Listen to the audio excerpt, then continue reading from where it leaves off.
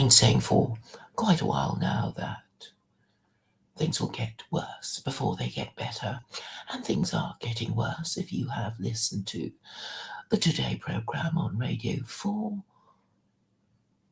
you will hear the doubt in the voices of the people wheeled out to talk up the position against Putin.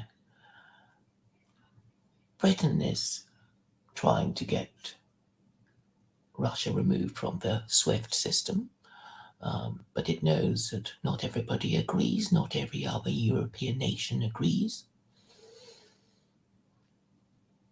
You hear desperate voices from the Ukraine appealing for help. I think that was it the Prime Minister? I'm not sure, but he was saying, we are already in a European war, and it is a world war, and you have to help us. And do I need to say it again? And Nick Robinson said, no, you don't need to. And to his credit, he's actually asking some pertinent, natural questions about how likely the West is to support the Ukrainians after having got them up to defy Russia. He even used the word naive. Were this new country naive in believing the assurances of the West that they would stand behind the Ukrainians? Of course they're not. They were saying, apparently they're using Molotov cocktails against the Russians.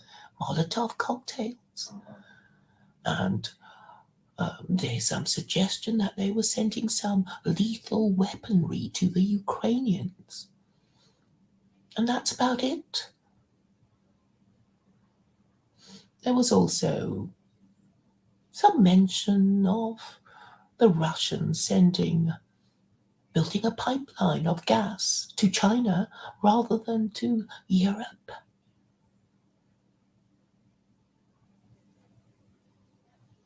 So, what is Boris doing? Well, he's certainly not following any principle at all, is he?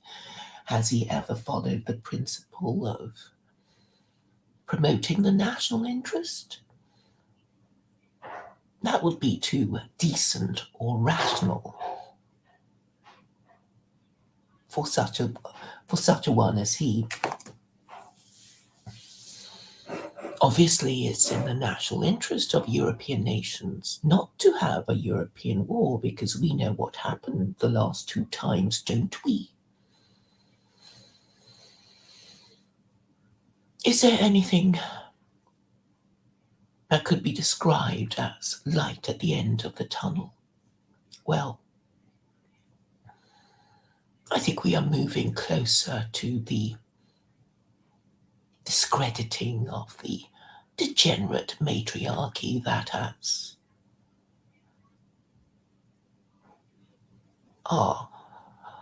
our politicians marinating in for far too long.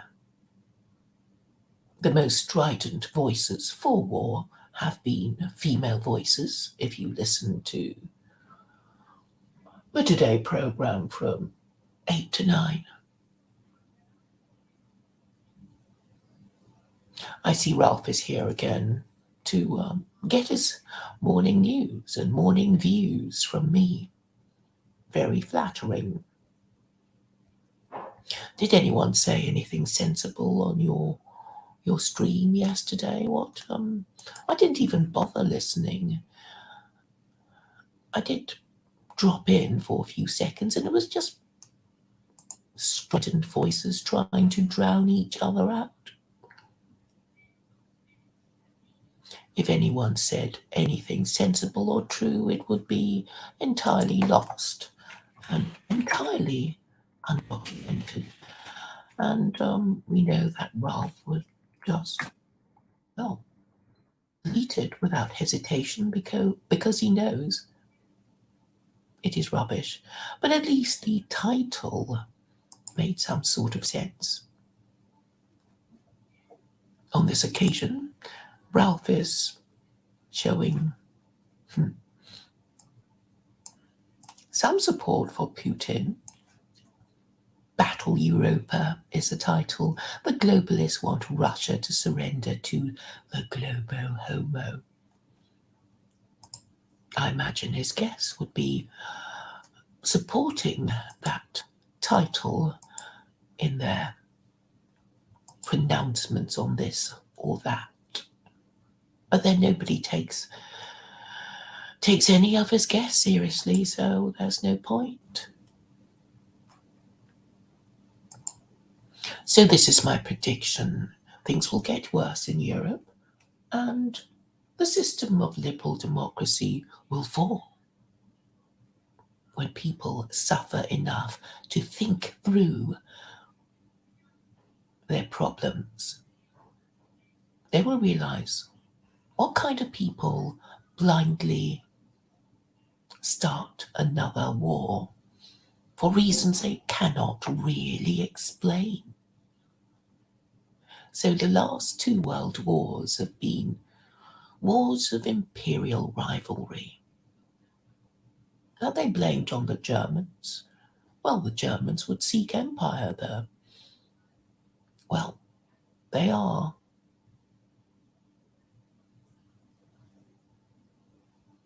The biggest country.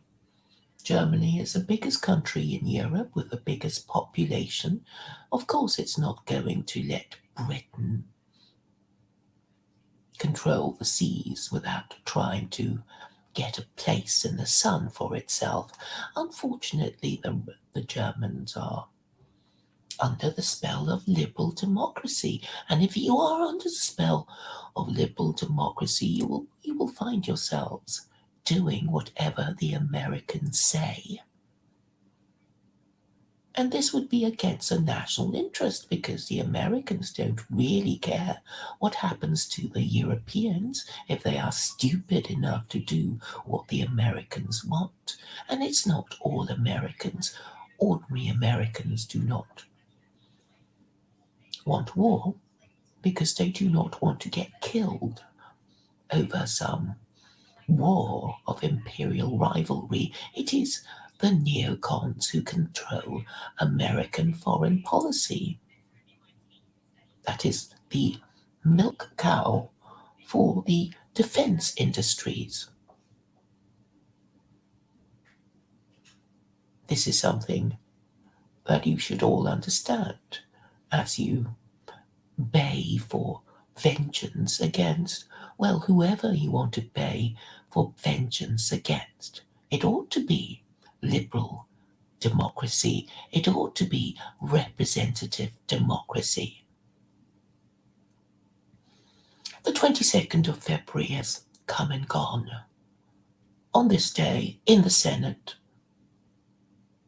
in America, the farewell address of Washington is read by a senator.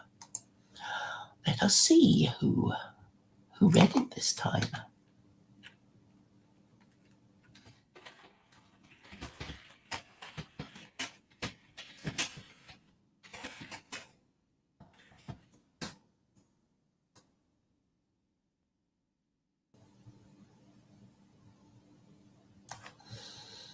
I can't seem to find it. I have one dated 4 years ago.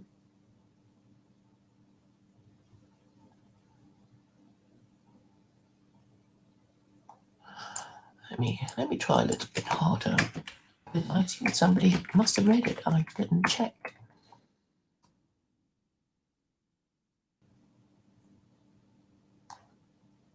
They don't like talking about it. They're all old. If you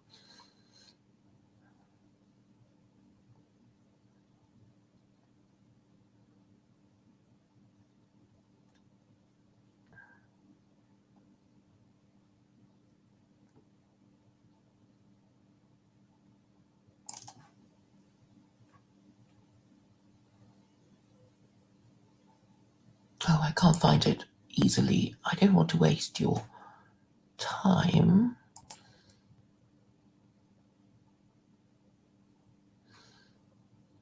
I think the Americans are embarrassed by it.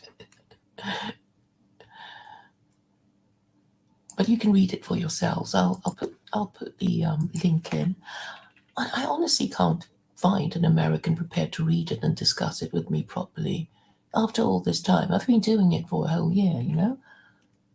I'm just not interested. It's like, oh, it wouldn't occur to me to read it. Um, or they might try to, and then they say, oh, I fell asleep while I listened to it. You know, it's pathetic. It really is.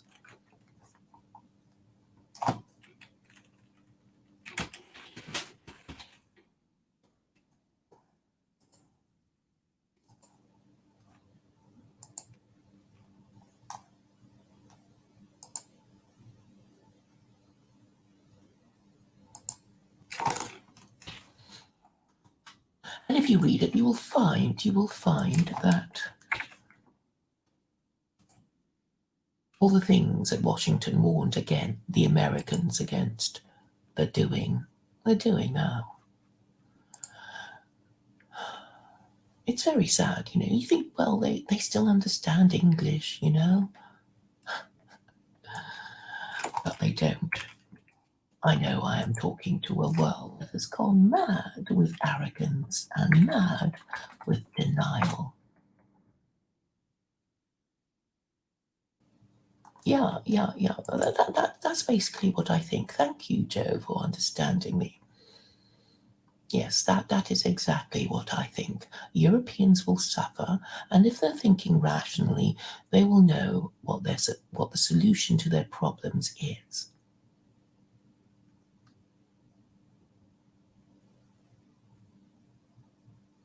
Oh, I've got an invitation from House of Comics. Well. Well, you know how to get in touch with me. What was I going to say? There was something else I wanted to say.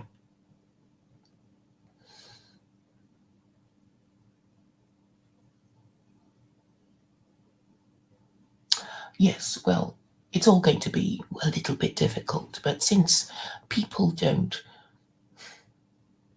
move according to the dictates of truth, logic, and morality, something worse must be said to make them see the benefits of submitting to truth, logic, and morality. I've already pointed out that nothing Western governments do now makes sense. Why would they start another European war? Why would European leaders want to start a European war? Wasn't it the depth of cowardice for Schultz to obey the Americans when it was Merkel who asked the Russians to build Nord Stream 2?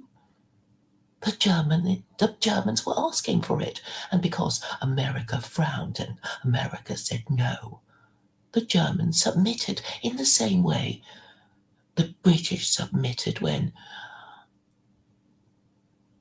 a contract between Huawei and Britain was already agreed and it was meant to go ahead. There's no need for the Chinese to spy on the British. You know, it's so obvious their weakness can be deduced by the crazy way they behave. You don't need, you don't even need to talk to any British politician at all. You know, you can deduce what the foreign policy is by what the politicians are saying, by listening to the news carefully. There's no need to spy on anyone if you have the ability to form conclusions about what people are thinking through what they are doing and what they are saying. And when you notice that it makes no sense, you must conclude that they are suffering from neurosis. Is it possible? Is it possible for an entire nation and civilization to suffer from neurosis? But of course, that's why civilizations fall. And this is not because they weren't warned, they refused to listen. And we know from what Jesus said about there being none so blind as those who will not see, and none so deaf as those who will not hear, that this is a recurring neurosis, and that it is that of denial. And denial is one of the 5 stages of grief. And the 5 stages of grief are denial, anger, bargaining, depression, acceptance. So perhaps these stages will be gone through at an accelerated rate. But really, there is nothing else but secular Koranism, is there? You have no time to cook up another moral system. You can't go back to Christianity because I've explained to you why it is kaput, because Christianity was only ever useful when you had an absolute monarch who was ruthless about suppressing the freedom of belief of his subjects, which is why the moment European governments gave up burning heretics at the stake, that was the end of Christianity. And that was followed by the American Revolution, the French Revolution, and the Russian Revolution. And, something's going on in Russia now.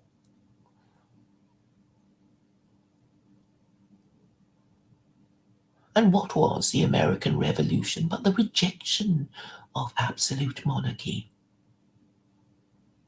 And was it a good thing? Of course it was. The founding fathers didn't follow through with it because, well, they knew how people were about religion. But the answer is in the White House Quran that Americans even now refuse to acknowledge the existence of. I still get dumb comments from Americans saying he never read it, he wouldn't have. Of course he read it.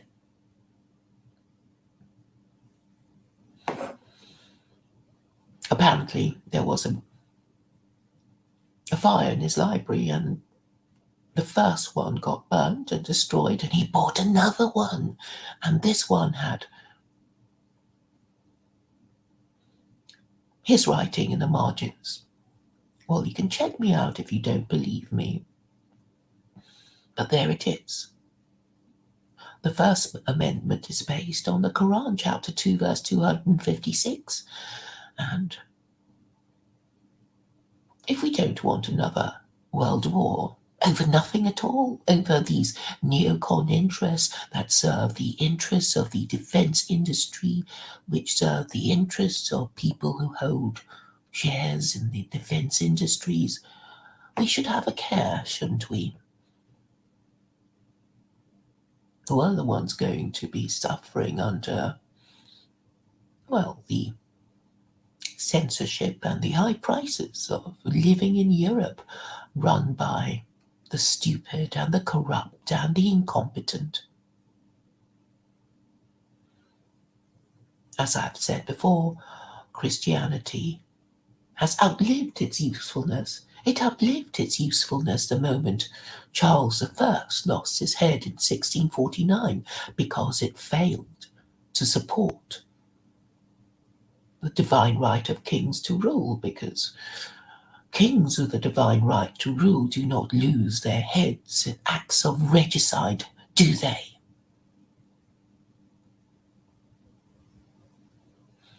So what's been happening since the Reformation is a continuing process. It appears that Christianity cannot be reformed. So get that through your heads. It cannot be reformed because it is based on an absurdity that cannot be explained even by Christians after all these centuries. 2,000 years of centuries 200 centuries.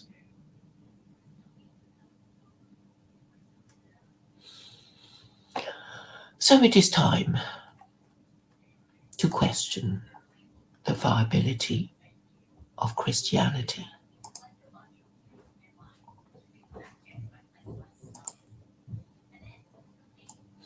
Even you, Ralph, must see the light by now.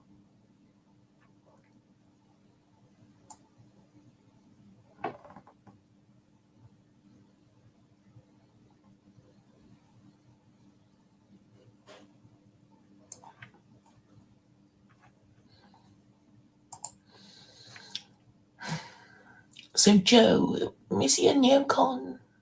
Is he? I think he's a very confused man. He has no principles he cares to state, but he knows everything, right? So he appears to support the war, a European war. That's what he wants. What would I do? What I would do, if I were Boris, would be to walk back on all my warmongering and apologise to the British people and resolve to govern in the national interest and maybe resign in favour. Yeah, I would resign. Boris has to resign. If he's going to turn over a new leaf, he would have to resign and give it to, well, who would he give it to? It can't be anyone worse than he. He would have to give it to somebody whose wisdom is acknowledged.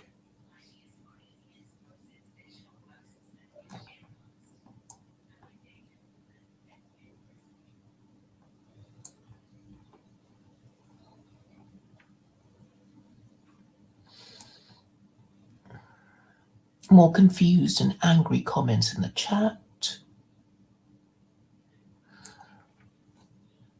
Joe, I think a lot of people might think Putin would be better than any other European leader because at least he knows not to submit to globo homo. So, Joe, you've got to decide whether you are a neocon and pro globo homo, and you might be pro globo homo if you're not a married father.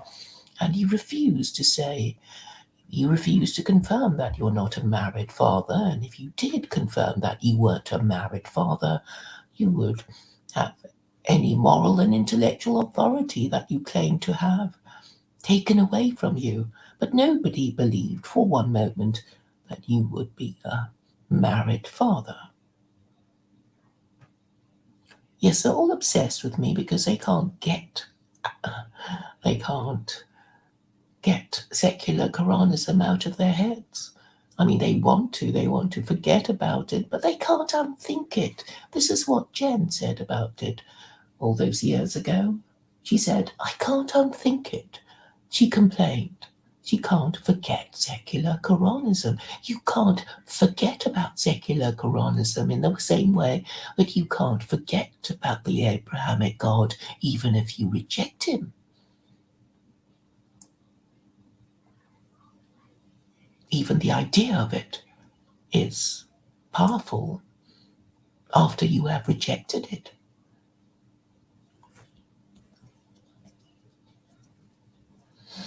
Oh, thank you. Thank you for one sensible question at last.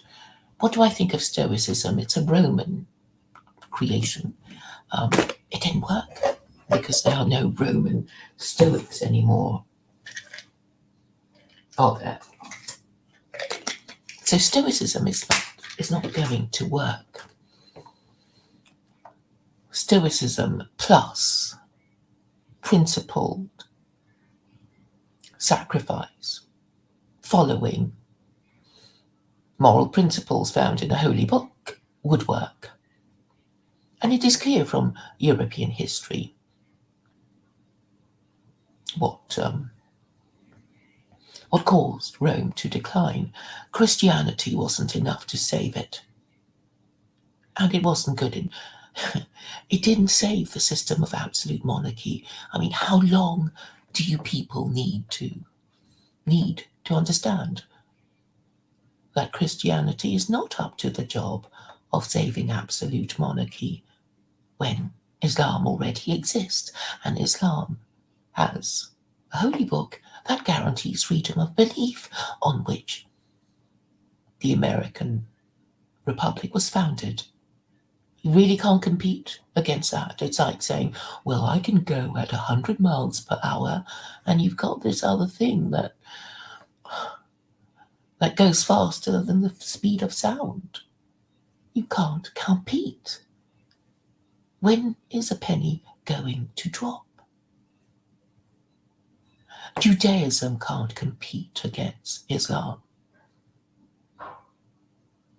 It may be the first Abrahamic faith, but it can't do the job, can it? I've put it to the Jews that their Torah with the 36 capital offences would be instantly rejected if somebody decided to take it seriously. Obviously, you're going to go for the holy book that doesn't have rules requiring capital punishment to that extent. It's the logical and moral choice. So Stoicism is not enough. It has to be principled martyrdom. That's what is required. Martyrdom is part of Judaism and also Islam, because that is what is required. That is what the promise of heaven is meant to incentivize. Principled behavior, occasionally resulting in martyrdom. So it means that you have principles that you have to stand by, even though you're going to get punished for it in this life. That is the whole point of this belief system.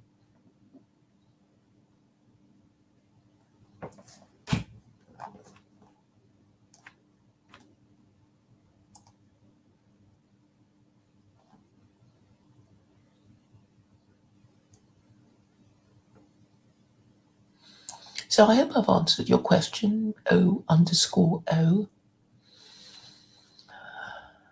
Stoicism is not enough, and from Roman history you will know that, or you can deduce that if Constantine had been given the option of Islam, he wouldn't have adopted Christianity. And Christianity is really not fit for the purpose, even for supporting the divine right to rule. And Islam is an imperial religion. So if you want empire, you can use it. If you want it in Israel, it would still work for you as an ethnic religion. It would work as a moral system that is applied and interpreted only by an ethnic group. So it would work in Israel, it would work in China, it would work in Russia, it would work in, well, any Western country, without requiring a single person to change their religion.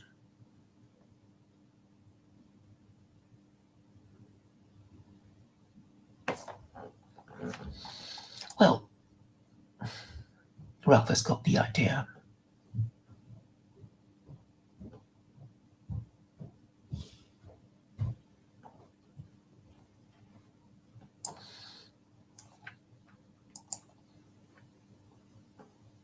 Good news for the Germans, they've got some supply of gas.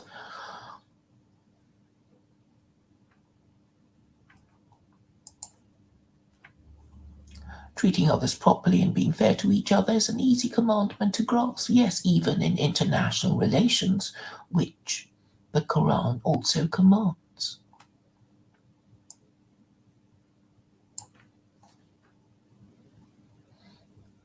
The Quran only allows defensive wars.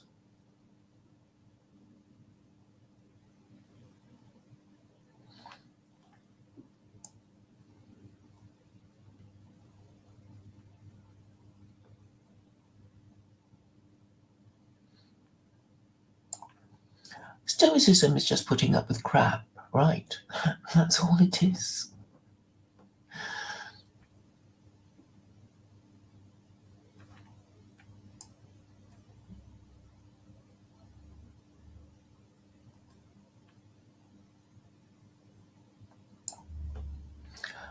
What are you saying? Oh, underscore. Oh, I'm talking about individuals' hardships, dealing with those. It's not even grammatical. So I don't know what you're trying to say. Try again. Aaron Ahmed talks about Christianity. No, he didn't. Putin did not refer to Christianity at all. He talked about, well, the principles of self-defense. While Christianity would be about turning the other cheek. Figure, aka Aaron, is of mixed parentage, and so he's permanently confused. On the one hand, he has a Christian parent, and on the other hand, he has a Jewish parent, and what he knows for certain is that he hates Muslims, so just keep ignoring him. He doesn't make any sense.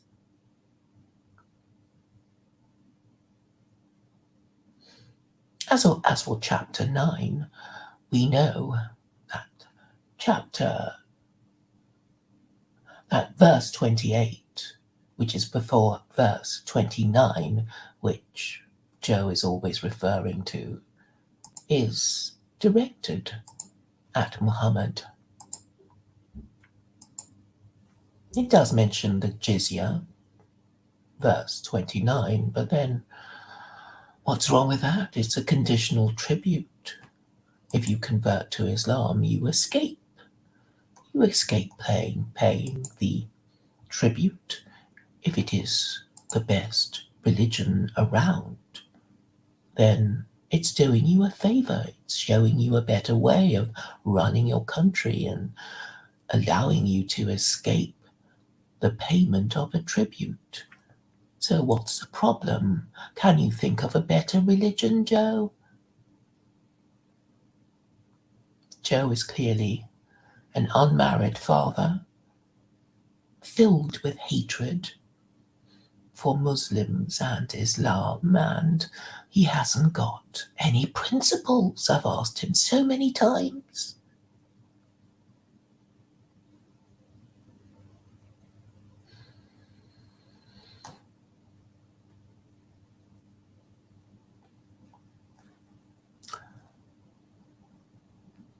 I think I've made my point about the day of reckoning approaching. The day of reckoning for what? For Christianity, for liberalism, for democracy, the unholy trinity that has rotten foundations.